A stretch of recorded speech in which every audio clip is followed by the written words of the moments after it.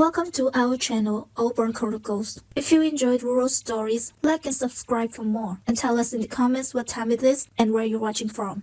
And now, Adam will take us into today's story. In March of 2003, a man named Darrell Hoffman turned 51 years old on the same week he signed financing papers for a Case IH MX270 Magnum tractor at Riverside Implement, 42 miles north of his farm outside Elkton, South Dakota.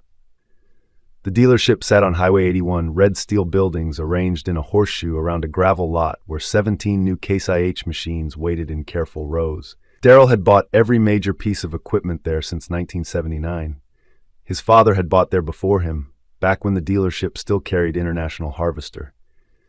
The service manager, a man named Vic Larson, knew Darrell's planting schedule, his soil type, and which fields flooded first in a wet spring. The MX270 cost $142,000. Darrell put $35,000 down and financed the rest at 5.9% over 7 years. The payments would be $1,680 a month. He was trading in a 1994 Case IH 7250 with 4,800 hours, a reliable machine but underpowered for the section and a half he was now farming after renting his neighbor's ground. The MX270 had 270 horsepower, a suspended cab, and enough hydraulic capacity to run a 12-row planter without hesitation. It was more tractor than Darrell had ever owned. But the reason he bought it at Riverside instead of Elkton Ag Sales, the Case IH dealer 7 miles from his farm, was simple. Vic Larson had helped him through 2 bad years without charging storage fees when Darrell couldn't pay his repair bills on time. When Darrell's corn planter broke down in 1998 during a 16-hour window before rain, Vic drove out personally with a replacement part and stayed until midnight helping install it. That kind of relationship doesn't transfer to a closer address. Darrell drove the MX270 home on a flatbed trailer, unloaded it in his machine shed, and felt the way a man feels when he's made a decision that can't be reconsidered for at least a decade. If you value stories about the long relationships between farmers and their equipment, the decisions that stretch across years, and the consequences that arrive quietly, consider subscribing. These are not dramatic tales. They're the stories that unfold slowly, in repair bills and phone calls and choices made when no one else is watching. If that kind of storytelling matters to you, we'd be glad to have you here. Darrell Hoffman farmed 960 acres of corn and soybeans in Brookings County. The land was flat, heavy clay in the low sections, productive but slow to dry in spring. He'd grown up on that farm, taken it over from his father in 1981, and never seriously considered leaving. His wife, Janet, taught 3rd grade in Elkton. They had 2 sons, both in high school in 2003, neither of them talking much about coming back to farm. Darrell's philosophy about machinery was inherited and then confirmed by experience. You bought what you could almost afford, kept it longer than felt comfortable, and repaired it until the repair costs outweighed the payment on something newer. You didn't chase horsepower. You didn't trade every 3 years. And you built a relationship with a dealer who understood that a farmer's cash flow moved in rhythms that didn't match a monthly statement. That's why Riverside Implement mattered. The dealership in Elkton Ag Sales, was closer, and Darrell had bought smaller things there over the years. Tillage parts, hydraulic hoses, a grain cart in 1996. But the owner, a man named Ron Kleinsasser, ran the business differently. Ron was younger, more corporate in his approach. He offered competitive financing and fast turnarounds, but he didn't let bills slide. He didn't make personal deliveries. And when Darrell had asked him in 2001 about deferring a payment during a year when prevented planting wiped out 30% of his income, Ron had suggested Darrell talk to his bank instead. Vic Larson would have worked something out. So when Darrell needed a tractor in 2003, needed it not because the 7250 was failing, but because the additional acreage required more power and more hours in the seat, he drove 42 miles to Riverside and signed the papers there. It felt like loyalty. It felt like the right decision. That spring, Darrell put 320 hours on the MX270. The tractor performed exactly as designed. The hydraulics handled his 12-row Kins planter without strain. The cab suspension smoothed out the rougher fields. The fuel consumption was higher than the 7250, but the efficiency gains made up for it. He planted 960 acres in 11 days, which was 2 days faster than the previous year. In June, a sensor in the electronic control module threw a code. The tractor didn't lose power, but a warning light stayed on. Darrell called Riverside. Vic told him to bring it in on Saturday, which meant a 42-mile drive each direction. Darrell loaded the tractor onto his trailer, drove north, and waited 3 hours while Vic's lead technician replaced the sensor and cleared the code. No charge. Vic said it was a warranty issue. Darrell drove home and didn't think about it again. In August, the same sensor failed. This time, Darrell called on a Thursday afternoon, mid-harvest. Vic said he could send a technician out the next morning. The technician arrived at 9 a.m., diagnosed the problem as a wiring short near the battery box, and had it repaired by noon. Darrell paid $140 for labor and drove the tractor back to the field. He lost half a day, but it could have been worse. By October, Darrell had put 890 hours on the MX270. The tractor had cost him 1 sensor, 1 wiring repair, and 5 trips to Riverside for routine maintenance. It was expensive to own, but it was doing what he'd bought it to do. And then in early November of 2003, Darrell received a letter from Case IH Corporate. The letter explained that Riverside Implement would be closing at the end of the year. The dealership's territory would be absorbed by Elkton Ag Sales, which was expanding to cover the northern part of the county. All service records, warranties, and customer accounts would transfer automatically. Customers were encouraged to establish contact with Elkton Ag Sales before the transition date of January 15, 2004. Darrell read the letter twice. Then he called Vic Larson. Vic confirmed it. Corporate had decided the county couldn't support 2 full-service Case IH dealers. Riverside sales numbers had been flat for 3 years. Elkton Ag Sales had newer facilities, better inventory, and a parts operation that could handle the combined territory. The decision was final. Vic and 2 other employees would be offered positions at Elkton, but Vic wasn't sure if he'd take it. He was 61. He'd been at Riverside for 34 years. Starting over somewhere else didn't appeal to him. Darrell asked what that meant for customers like him. Vic said it meant driving to Elkton. Darrell hung up and sat at his kitchen table for 20 minutes without moving. He'd financed a $142,000 tractor based on a service relationship that would no longer exist in 8 weeks. In January of 2004, Darrell drove to Elkton Ag Sales for the first time as a primary customer. The dealership had expanded. Ron Kleinsasser had added a second service bay and hired 3 technicians from other towns to handle the increased volume. The parts department had been reorganized.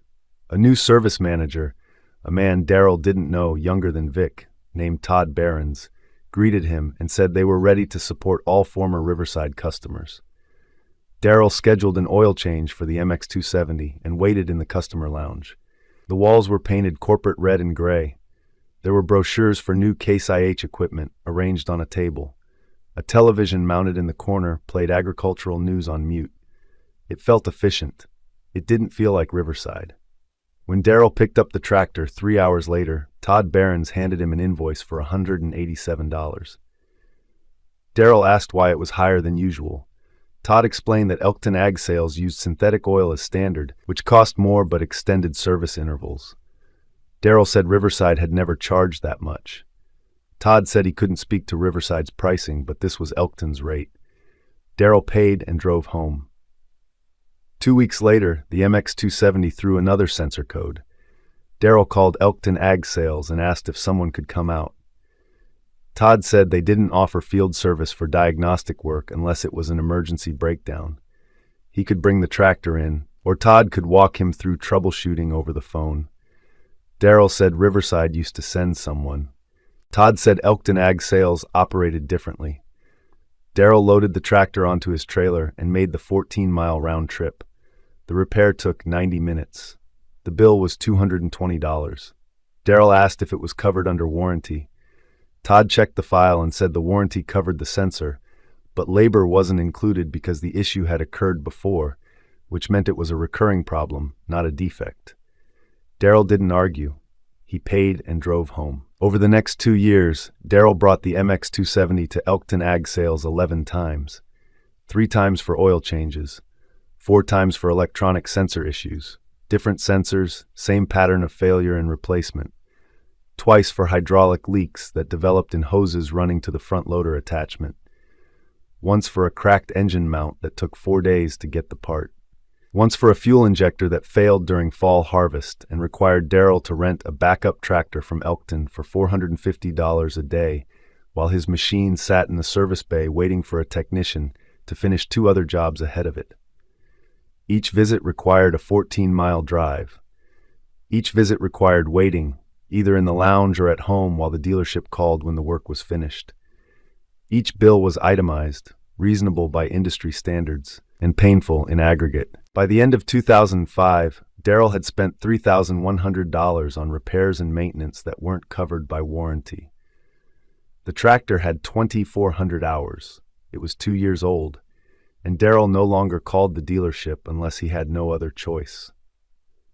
There were 11 other farmers in the county who had bought new Case IH equipment from Riverside Implement in the 2 years before it closed. Darrell knew 5 of them personally. One man, a farmer named Eugene Stahl, had purchased a Case IH STX 450 four-wheel drive tractor in 2002. The machine cost $210,000. Eugene had financed it over 10 years. When Riverside closed, Eugene's nearest service option became Elkton Ag Sales, 18 miles from his farm. In the spring of 2005, the STX 450 experienced a transmission fault during planting. Eugene called Elkton. Todd Behrens said they'd need to order a diagnostic computer from corporate, which would take 3 days. Eugene asked if there was any way to speed it up. Todd said no. Eugene lost 4 planning days waiting. When the issue was finally diagnosed as a software calibration error, the repair took 30 minutes. Eugene never forgave that delay. Another farmer, a man named Carl Rademacher, had bought a Case IH 2388 combine in 2003, the same year Darrell bought his MX270. Carl had worked with Vic Larson for 20 years. When Riverside closed, Carl tried to establish a relationship with Elkton Ag Sales, but the service scheduling didn't accommodate his harvest timeline. In the fall of 2004, Carl called 3 times trying to get a concave adjustment kit installed before corn harvest. Each time, Todd Behrens said they were backed up and couldn't guarantee a date. Carl ended up driving 60 miles to a Case IH dealer in Watertown and paid extra for expedited service. He never went back to Elkton. A third farmer, a younger man named Jason Volk, had bought a Case IH Magnum 215 in 2002, specifically because Riverside offered in-field support during breakdowns. Jason farmed rented ground scattered across 3 townships. When Riverside closed, Jason's service relationship evaporated. Elkton Ag Sales didn't offer the same field service guarantee. In 2006, Jason's Magnum 215 threw a hydraulic line during spring tillage, 15 miles from the nearest hard road. Jason called Elkton and was told he'd need to arrange his own towing. Jason spent 6 hours coordinating a flatbed, getting the tractor to Elkton, and waiting for the repair. He sold the Magnum 215 in 2008 and bought used equipment that he could fix himself. These weren't catastrophic failures. These were the accumulated inconveniences of distance, unfamiliarity, and a service philosophy that prioritized efficiency over relationship. And they added up. Darrell made his monthly payment on the MX270 without fail, $1,680, due on the 8th of every month for 7 years. The loan officer at his bank once mentioned that Darrell's payment history was perfect. Not a single late payment, not a single deferral request. Darrell didn't mention that he'd deferred payments twice with Vic Larson back at Riverside, or that those deferrals had been arranged with a phone call and a handshake, and no paperwork beyond a note Vic kept in a desk drawer. By 2007, the MX270 had 4,100 hours. The tractor still ran well. The engine had good compression. The transmission shifted smoothly. But the electronic control systems required constant attention. Sensors failed. Wiring harnesses corroded. The display screen in the cab flickered intermittently, which didn't affect performance but suggested future expense. Darrell brought the tractor to Elkton Ag Sales for a full diagnostic check. Todd Behrens said the tractor was operating within normal parameters for its age and hours, but recommended replacing the entire wiring harness as preventive maintenance. The cost would be $2,800 in parts and labor. Darrell asked if it was necessary. Todd said it wasn't required, but it would prevent future failures. Darrell said he'd think about it. He drove home and didn't schedule the repair. 3 months later, the display screen failed completely. Darrell called Elkton. Todd said they'd need to replace the screen and the wiring harness together, since the two systems were integrated. The cost was now $3,400.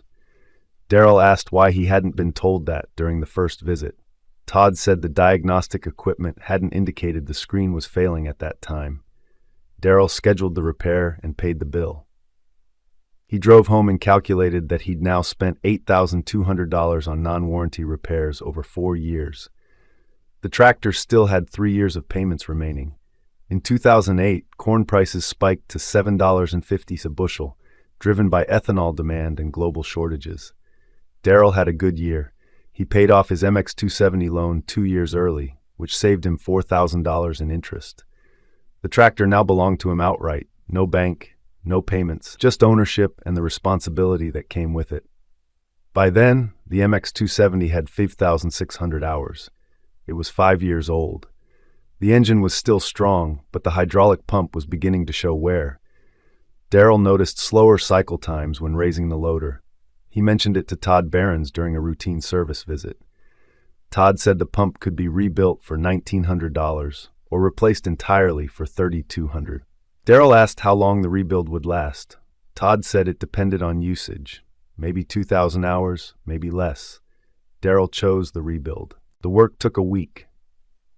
When Darrell picked up the tractor, Todd mentioned that Elkton Ag Sales was now offering a trade-in incentive program for customers who wanted to upgrade to newer models. Case IH was releasing the Magnum Rowtrack series, which featured improved fuel efficiency, updated electronics, and better serviceability. If Darrell wanted to trade the MX270, Todd could work up an appraisal. Darrell asked what the trade-in value would be. Todd said probably $45,000 depending on condition. Darrell had paid $142,000 in 2003. He'd put $35,000 down. He'd made $58,800 in payments. He'd spent $11,300 on repairs. His total investment was $105,100. A trade-in value of $45,000 meant a loss of $60,001 over 5 years. Darrell thanked Todd and said he'd keep the MX270. The 2009 growing season brought drought. Corn yields dropped 30% across the county. Soybean yields fell 25%. Darrell's revenue dropped from $340,000 to $220,000. His expenses stayed level. Seed, fertilizer, fuel, insurance, property taxes, all of it constant, regardless of what came out of the field. Darrell cut back everywhere he could. He delayed replacing worn tillage equipment. He reduced fertilizer applications. He skipped a planned equipment shed expansion, and he stopped bringing the MX270 to Elkton Ag Sales for anything except critical repairs. Oil changes, he did himself. Minor hydraulic leaks, he patched with hose clamps and learned to monitor instead of fix. Sensor failures, he tolerated as long as the tractor still ran. In October of 2009, the MX270's engine began losing power under load. Darrell could feel it in the cab, a hesitation when pulling the chisel plow through heavy clay, a lag in throttle response that hadn't been there before. He checked the fuel filters, replaced the air filter, and ran the tractor for another week. The problem got worse. Darrell called Elkton Ag Sales. Todd said it sounded like a fuel injector issue or possibly a turbocharger failure. Either way, the tractor would need to come in for diagnostics. Darrell asked what the cost might be. Todd said diagnostics were $150 an hour and repairs could range from $800 for injectors to $4,500 for a turbocharger replacement. Darrell said he'd call back. He didn't. Instead, Darrell called a retired mechanic in Volga, a man named Howard Ostrom, who'd worked on farm equipment for 40 years before Case IH dealers started requiring certified technicians for warranty work. Howard agreed to come out and look at the tractor. He spent 2 hours tracing fuel lines, checking boost pressure, and listening to the engine under load. Howard said the turbocharger was failing, but it might last another season if Darrell didn't push the tractor too hard. Darrell asked what too hard meant. Howard said lighter implements, shorter days, lower RPMs. Darrell thanked him and paid $60 cash. He finished fall fieldwork using the MX270 at reduced capacity, pulling smaller equipment, working longer hours to compensate for the slower pace. The tractor made it through the season. Barely. In 2010, Darrell turned 58. His older son, Marcus, was working construction in Sioux Falls. His younger son, Tyler, had joined the Army. Janet still taught in Elkton, but she'd started talking about retirement. The farm felt larger than it used to, and Darrell felt older. The MX270 had 7,200 hours. The turbocharger finally failed completely in April, 2 days before planting was supposed to start. The tractor lost 70% of its power. Darrell couldn't pull the planter at all. He called Elkton Ag Sales. Todd Barron said they could replace the turbocharger, but the wait time for parts was 7 to 10 days, and the shop was backed up with spring service. Darrell might be looking at 2 weeks total. Darrell couldn't wait 2 weeks. He called Howard Ostrom. Howard said he could source a rebuilt turbocharger from a supplier in Brookings and install it in Darrell's machine shed. The part would cost $1,800. Labor would be $400. Darrell could have the tractor running in 3 days. Darrell agreed. Howard installed the turbocharger on a Saturday. The tractor ran again. The power was back. But something had shifted in Darrell's relationship with the machine. It was no longer a tool he trusted. It was a liability he managed. That year, Darrell planted late, harvested under pressure, and broke even financially. He made no equipment purchases. He made no repairs at Elkton Ag Sales.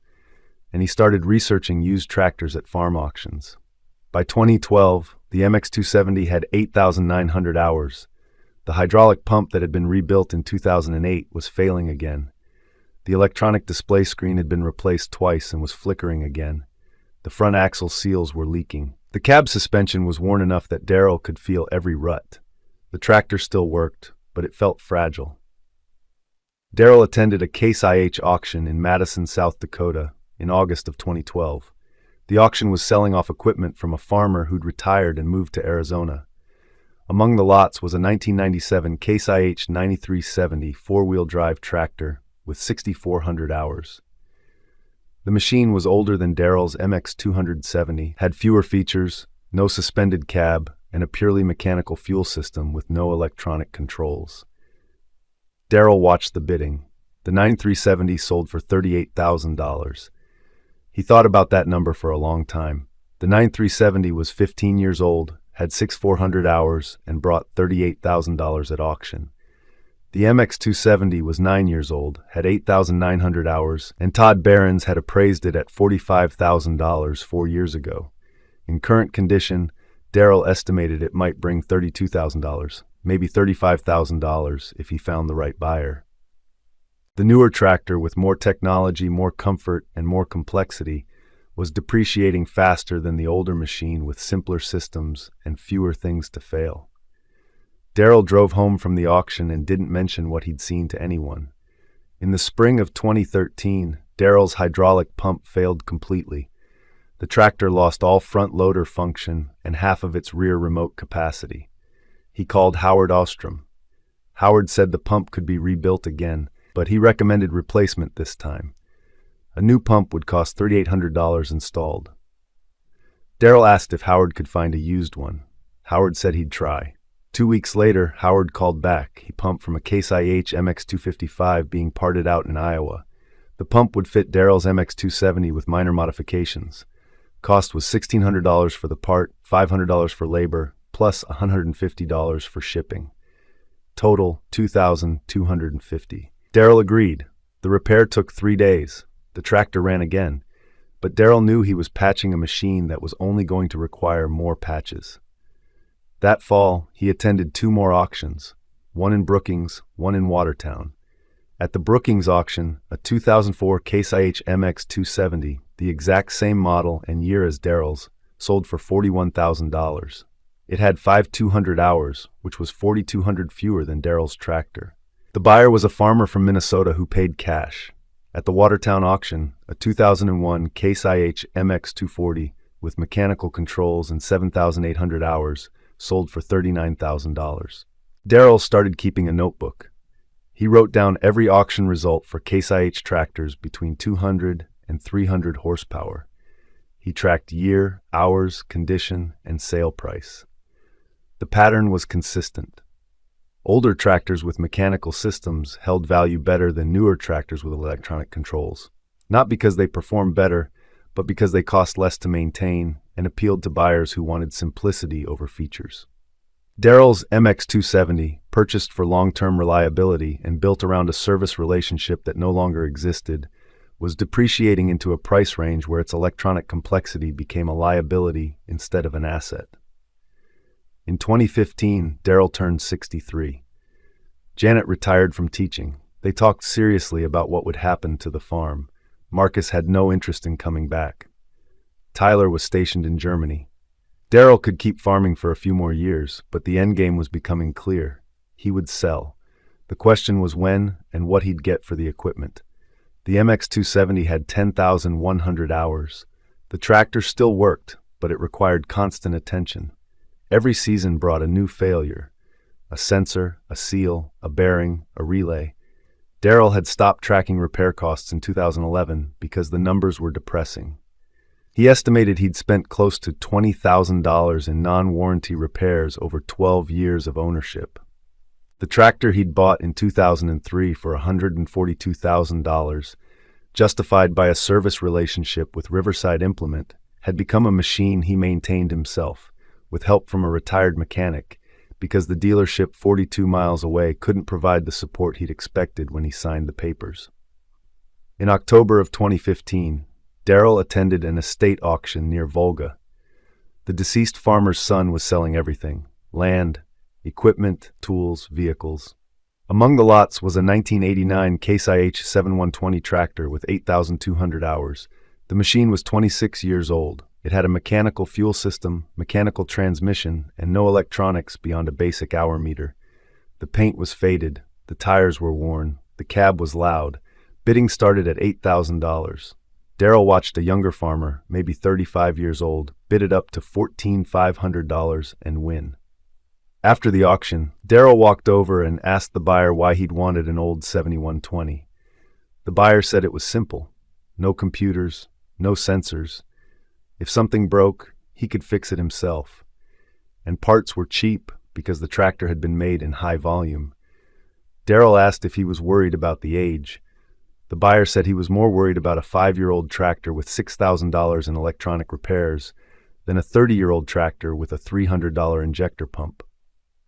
Darrell nodded and walked back to his truck. In early 2016, Darrell decided to sell the farm. He listed the land privately and found a buyer by March, a family operation expanding north from Sioux Falls. The sale closed in June. Darrell kept the house and 5 acres. Everything else transferred. The equipment would be sold at auction. Darrell hired an auction company out of Brookings. They scheduled the sale for September 10, 2016.